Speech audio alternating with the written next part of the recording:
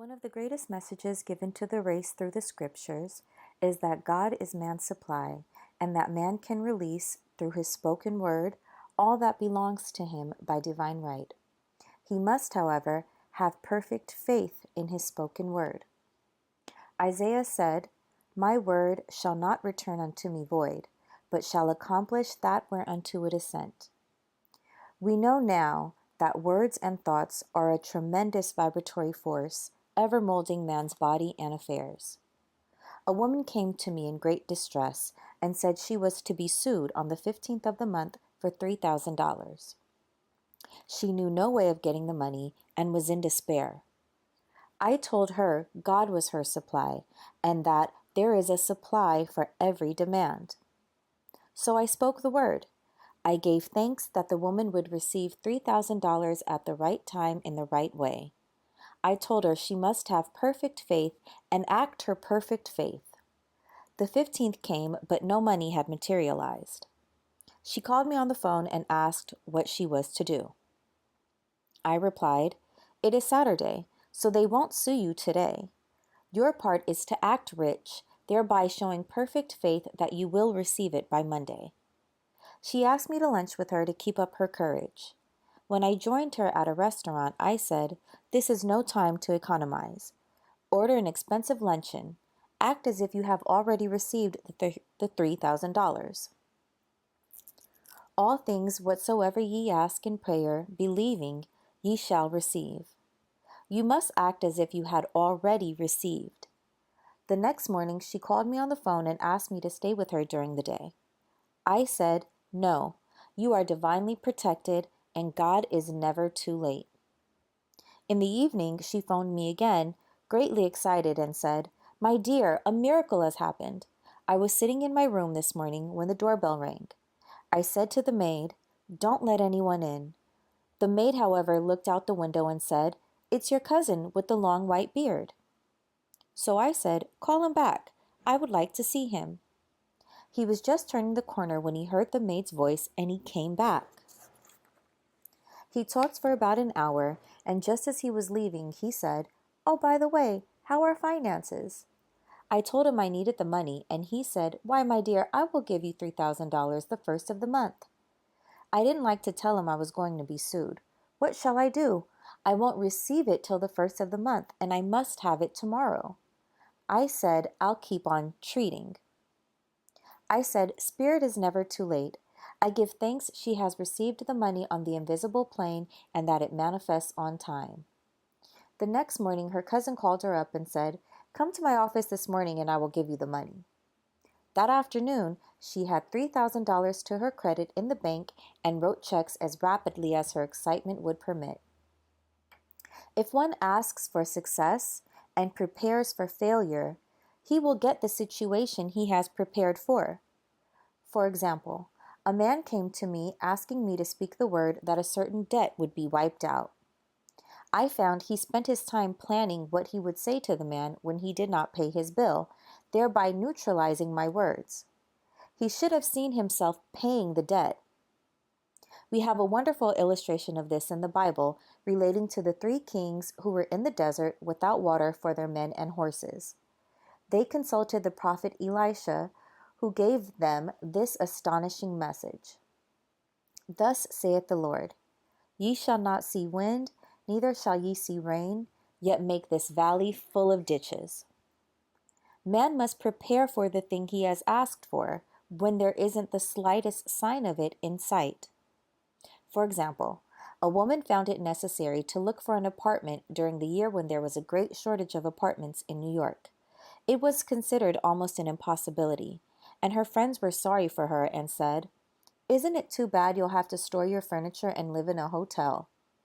She replied, "You needn't feel sorry for me. I'm a Superman, and I'll get an apartment." She spoke the words, "Infinite Spirit, open the way for the right apartment."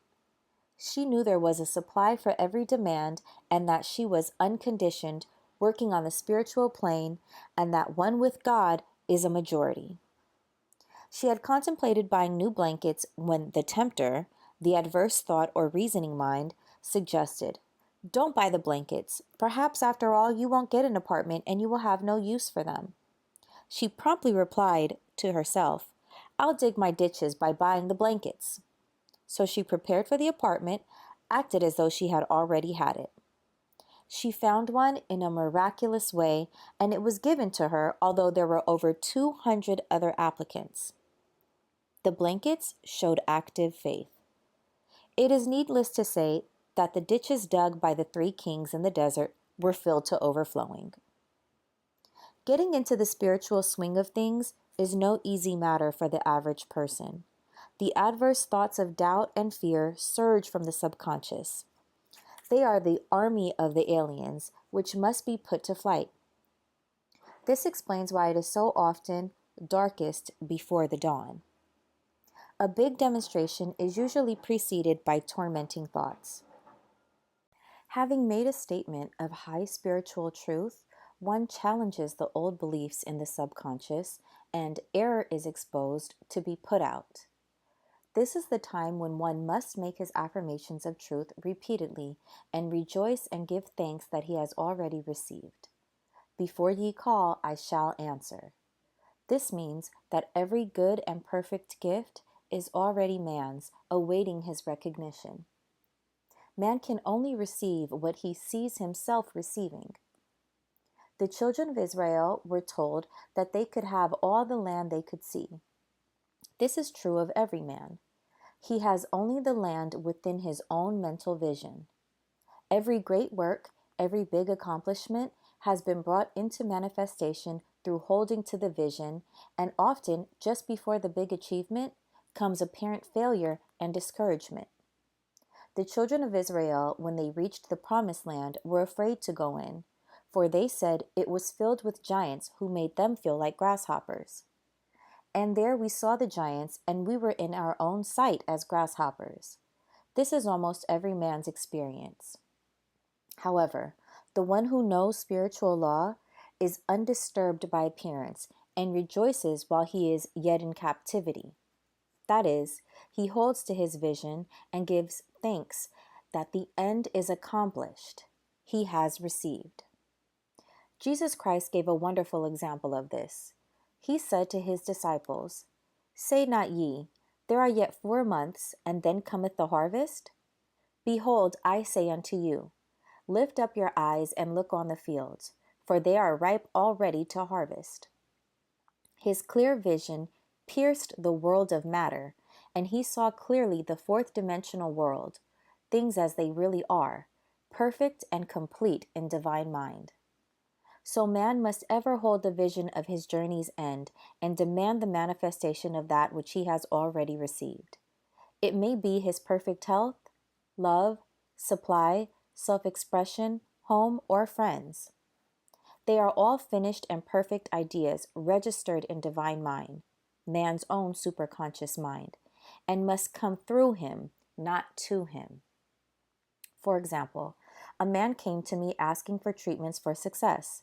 It was imperative that he raise, within a certain time, $50,000 for his business. The time limit was almost up when he came to me in despair. No one wanted to invest in his enterprise, and the bank had flatly refused a loan. I replied, I suppose you lost your temper while at the bank. Therefore, your power. You can control any situation if you first control yourself. Go back to the bank, I added, and I will treat. My treatment was, you are identified in love with the spirit of everyone connected with the bank. Let the divine idea come out of this situation. He replied, Woman, you are talking about an impossibility. Tomorrow is Saturday. The bank closes at 12, and my train won't get me there until 10, and the time limit is up tomorrow, and anyway, they won't do it. It's too late. I replied, God doesn't need any time, and it is never too late. With him, all things are possible. I added, I don't know anything about business, but I know all about God. He replied, It all sounds fine when I sit here listening to you, but when I go out, it's terrible. He lived in a distant city, and I did not hear from him for a week. Then came a letter. It read, You were right. I raised the money and will never again doubt the truth of all that you told me. I saw him a few weeks later and I said, "What happened? You evidently had plenty of time after all." He replied, "My train was late and I got there just 15 minutes to 12. I walked into the bank quietly and I said, 'I have come for the loan,' and they gave it to me without a question." It was the last 15 minutes of the time allotted to him, and Infinite Spirit was not too late. In this instance, the man could never have demonstrated alone. He needed someone to help him hold to the vision. This is what one man can do for another. Jesus Christ knew the truth of this when he said, "If two of you shall agree on earth as touching anything that they shall ask, it shall be done for them of my Father which is in heaven." One gets too close to his own affairs and becomes doubtful and fearful. The friend or healer sees clearly the success, health, or prosperity and never wavers because he is not close to the situation. It is much easier to demonstrate for someone else than for oneself, so a person should not hesitate to ask for help if he feels himself wavering. A keen observer of life once said, "No man can fail if some one person sees him successful." Such is the power of the vision, and many a great man has owed his success to a wife or sister or a friend who believed in him and held without wavering to the perfect pattern.